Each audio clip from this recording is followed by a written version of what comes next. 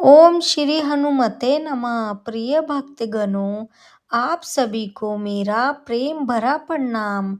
आज मैं बात करने जा रही हूँ मंगल व्रत की, जो वीर बजरंगबली, हनुमान जी और मंगल देव को समर्पित दिन माना जाता है। मंगलवार का दिन साहस, शक्ति, विश्वास और भक्ति का प्रतीक होता है। इस दिन भगवान हनुमान जी की पूजा करने से जीवन के भय, कष्ट और बाधाएं दूर होती है। भगवान हनुमान जी को राम भक्त, अतुलित बल के धनी और संकटों को हरने वाले देव कहा जाता है। जो भी भक्त सच्चे मन से मंगलवार के दिन हनुमान जी का स्मरण करता है, उस पर हनुमान जी की विशेष कृपा बनी रहती है।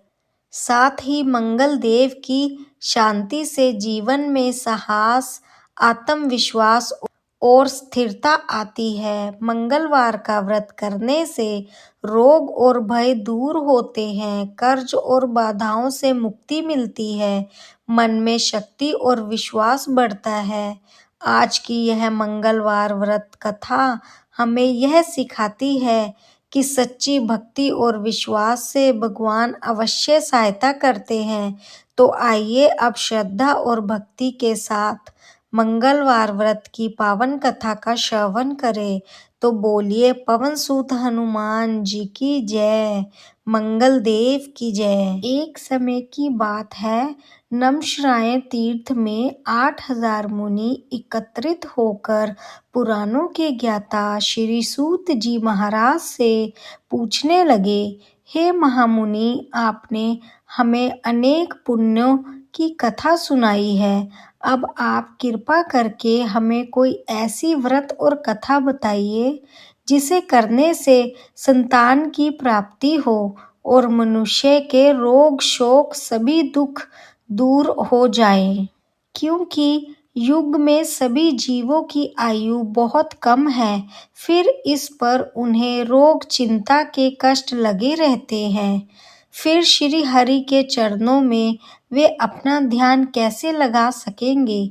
तब श्री सूत जी महाराज बोले, हे मुनियों, आपने लोक कल्याण के लिए बहुत ही उत्तम बात पूछी है। एक समय युधिष्ठिर ने भगवान श्री कृष्ण से लोक कल्याण के लिए यही प्रश्न किया था। तब भगवान कृष्ण और युधिष्ठिर के बीच जो वार्तालाप हुआ, वही मैं तुमसे कहता हूँ, तुम ध्यान लगाकर सुनो। एक समय पांडवों की सभा में श्री कृष्ण जी बैठे थे। तब युधिष्ठिर महाराज ने भगवान श्री कृष्ण से पूछा, हे प्रभु, हे नंदन, हे गोविंद, आपने मुझे अनेकों कथा सुनाई है। आज आप कृपा करके कोई ऐसा व्रत या कथा सुनाएं जिससे मनुष्य के सभी रोग और चिंताएं और भय समाप्त हो जाए और उन्हें संतान की प्राप्ति हो। हे प्रभु, बिना पुत्र के जीवन व्यर्थ है। पुत्र के बिना मनुष्य नरकगामी होता है। पुत्र के बिना मनुष्य पितृण्य से छुटकारा नहीं पा सकता और ना ही उसका नरक से उद्धार हो सकता है। इसीलिए हे प्रभु, पुत्रदायक कोई व्रत बताए। इस पर भगवान कृष्ण ने कहा, हे राजन, मैं तुमसे एक प्राचीन इतिहास सुनाता हूँ, आप ध्यान से सुनो। कुंडलपुर नाम का एक नगर था, उसमें नंदा नाम का एक ब्राह्मण रहता था। भगवान की कृपा से उसके पास सब कुछ था, फिर भी वह बहुत दुखी था और उसका कारण था कि उसके कोई संतान नहीं थी। उसकी पत्नी सुनंदा बड़ी पवित्रता थी और भक्ति पूर्वक हनुमान जी की आराधना करती थी। मंगलवार का व्रत करती, शुद्ध भोजन बनाती और हनुमान जी को भोग लगाती। हनुमान जी को भोग लगाने के बाद ही खुद भोजन करती। एक बार की बात है, मंगलवार का दिन था। उस दिन ब्राह्मणी कुछ कार्य में फंस गई और काम की अधिकता के कारण वह हनुमान जी के लिए भोग भी न बना सकी और उसने हनुमान जी को भोग नहीं लगाया। ऐसा सोचकर उसे बहुत दुख हुआ। उस दिन उसने कुछ भी नहीं खाया और अपने मन में प्रण कर लिया कि जब अगला मंगलवार आएगा तब वह हनुमान जी को भोग लगाकर ही अन्न जल ग्रहण करेगी। उसने अन्न जल का पूरी तरह से त्याग कर दिया। अब ब्राह्मणी प्रतिदिन भोजन बनाती, श्रद्धा से अपने पति को भोजन कराती, पर खुद भोजन नहीं करती और मन ही मन श्री हनुमान जी की आराधना करती रहती और उनसे क्षमा मांगती रहती। इसी तरह करते करते 6 दिन तो बीत गए। ब्राह्मणी सुनंदा अपने निश्चय के अनुसार भूखी प्यासी रही। अगला मंगलवार आने पर वह प्रातः काल ही बेहोश होकर गिर पड़ी। ब्राह्मणी सुनंदा की इस भक्ति के प्रभाव से हनुमान जी बहुत प्रसन्न हुए और वहां पर प्रकट होकर बोले, सुनंदा उठो, मैं तुम्हारी भक्ति से बहुत प्रसन्न हूँ। तुम्हें जो चाहिए वह वरदान मुझसे मांग लो। सुनंदा अपने आराध्य देव हनुमान जी को अपने सामने देखकर आनंद की अधिकता से विह्वल हो गई और हनुमान जी के चरणों में गिर गई और बोली, हे प्रभु, मेरे कोई संतान नहीं है, कृपा करके मुझे संतान प्राप्ति का आशीर्वाद दें। आपकी बड़ी कृपा होगी। जब हनुमान जी ने कहा, ठीक है, जैसी तुम्हारी इच्छा, मैं उसे पूर्ण करूंगा। तुम्हें एक कन्या की प्राप्ति होगी, उसकी अष्टांग प्रतिदिन सोना दिया करेंगे। इस तरह से कहकर हनुमान जी अंतर्ध्यान हो गए। ब्राह्मणी सुनंदा तो बहुत खुश हुई और उसने यह समाचार अपने पति से कहा। ब्राह्मण देव कन्या का वरदान सुनकर कुछ दुखी हुए, क्योंकि उन्हें तो पुत्र की इच्छा थी, पर सोना मिलने वाली बात सुनकर प्रसन्न हो गए। उन्होंने सोचा कि ऐसी कन्या के आने से मेरी निर्धनता भी समाप्त हो जाएगी। हनुमान जी की कृपा से ब्राह्मणी गर्भवती हुई और उसे एक बहुत सुंदर पुत्री की प्राप्ति हुई। वह बच्ची अपने पिता के घर में उसी तरह से बढ़ने लगी जैसे शुक्ल पक्ष का चंद्रमा बढ़ता है। 10वें दिन ब्राह्मण ने उस बालिका का नामकरण संस्कार किया। कुल पुरोहितों ने उसका नाम रत्नावली रखा, क्योंकि वह कन्या सोना प्रदान किया करती थी। इस कन्या ने पूर्व जन्म में बड़े ही विधान से मंगल देव का व्रत किया था। रत्नावली का अष्टांग बहुत सा सोना देता था। उस सोने से नंदा ब्राह्मण बहुत ही धनवान हो गया। ब्राह्मणी भी बहुत अभिमान करने लगी। समय बीतता रहा। रत्नावली अब 10 साल की हो चुकी थी। एक दिन जब नंदा ब्राह्मण बड़ा ही प्रसन्न था, तब सुनंदा ने अपने पति से कहा कि हमारी पुत्री रत्नावली अब विवाह के योग्य हो गई है। आप कोई सुंदर और योग्य वर देखकर इसका विवाह कर दें। यह सुनकर ब्राह्मण ने कहा, अभी तो रत्नावली बहुत छोटी है। तब ब्राह्मणी ने कहा, शास्त्रों की आज्ञा है कि कन्या 8वें वर्ष में गौरी, 9वें में रोहिणी और 10वें वर्ष में कन्या रजस्वला हो जाती है। गौरी के दान से पाताल लोक की प्राप्ति होती है। रोहिणी के दान से वैकुंठ लोक की प्राप्ति होती है और कन्या के दान से इंद्रलोक में सुख की प्राप्ति होती है। पतिदेव यदि रजस्वला का दान किया जाता है तो घोर नरक की प्राप्ति होती है।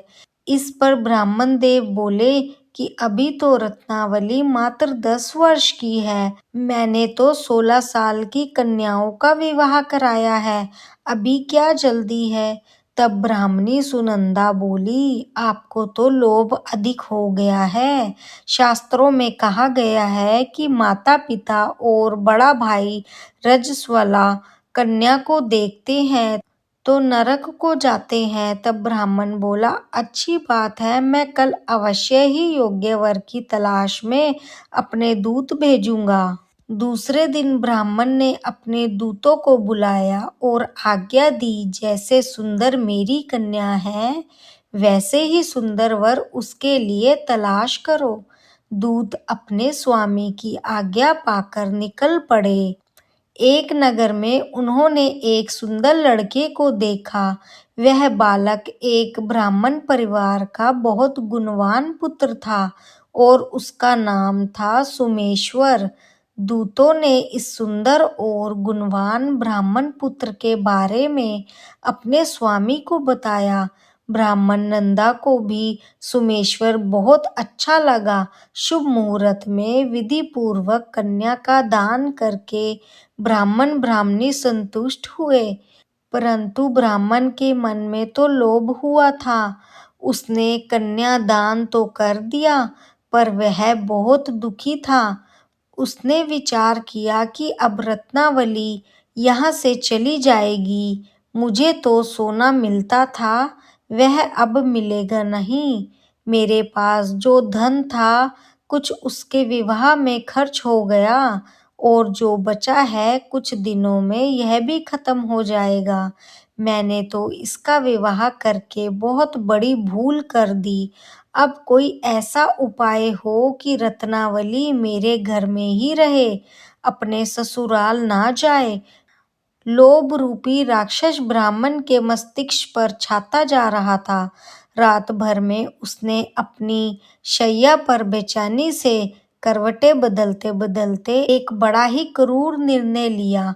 उसने विचार किया कि जब रत्नावली को लेकर उसका पति सोमेश्वर अपने घर जाएगा तो वह मार्ग में छिपकर उसका वध कर देगा और अपनी लड़की को अपने घर ले आएगा, जिससे उसे नियमित रूप से सोना मिलता रहेगा और समाज का कोई मनुष्य उसे दोष भी नहीं देगा। प्रातः काल हुआ तो नंदा और सुनंदा ने अपने जमाई और लड़की को बहुत सारा धन दिया और विदा कर दिया। सुमेश्वर अपनी पत्नी रत्नावली को लेकर अपने घर की तरफ चला। ब्राह्मण नंदा लोभ के कारण अपनी मति खो चुका था।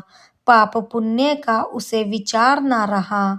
अपने भयानक और क्रूर निर्णय को कार्य रूप देने के लिए अपने दूत को मार्ग में अपनी जमाई का वध करने भेजा, ताकि रत्नावली से प्राप्त होने वाला सोना उसे हमेशा मिलता रहे और वह कभी निर्धन न हो। ब्राह्मण के दूत ने अपने स्वामी की आज्ञा का पालन करते हुए सुमेश्वर का मार्ग में ही वध कर दिया। समाचार पाकर ब्राह्मण नंदा मार्ग में पहुंचा और रोती अपनी पुत्री रत्नावली से बोला, हे पुत्री, मार्ग में लुटेरों ने तुम्हारे पति का वध कर दिया। भगवान की इच्छा के आगे किसी का वश नहीं चलता। तू अब मेरे घर ही चल, वहीं पर रहना, अपना शेष जीवन व्यतीत करना। जो भाग्य में लिखा हो वही होगा। अपने पति की अकाल मृत्यु से रत्नावली बहुत दुखी हुई। करुण क्रंदन रुदन करते हुए अपने पिता से बोली, पिताजी, इस संसार में जिस स्त्री का पति नहीं उसका तो जीना बेकार है। मैं तो अपने पति के साथ ही अपना शरीर जला दूंगी और सती होकर अपने इस जन्म को माता पिता के नाम करूंगी और सास ससुर के यश को सार्थक करूंगी। ब्राह्मण नंदा अपने पुत्र रत्नावती के वचनों को सुनकर बहुत दुखी हुआ और विचार करने लगा कि मैंने तो व्यर्थ ही जमाई वध का पाप अपने सिर ले लिया। रत्नावली तो उसके पीछे अपने प्राण तक देने को तैयार है। मेरा तो दोनों तरफ से मरण हो गया। धन तो मिलेगा नहीं, जमाई वध के पाप के फल स्वरूप यम यातना भी भुगतनी पड़ेगी। यह सोचकर बहुत दुखी हुआ। सुमेश्वर की चिता बनाई गई। रत्नावली सती होने की इच्छा से अपने पति का सिर अपनी गोद में रखकर चिता में बैठ गई। जैसे ही सोमेश्वर की चिता को अग्नि लगाई, वैसे ही वहां पर मंगल देव प्रकट हुए और बोले, हे रत्नावली, मैं तेरी पति भक्ति से प्रसन्न हूँ, तू मुझसे वर मांग ले। तब रत्नावती ने अपने पति का जीवन दान मांगा।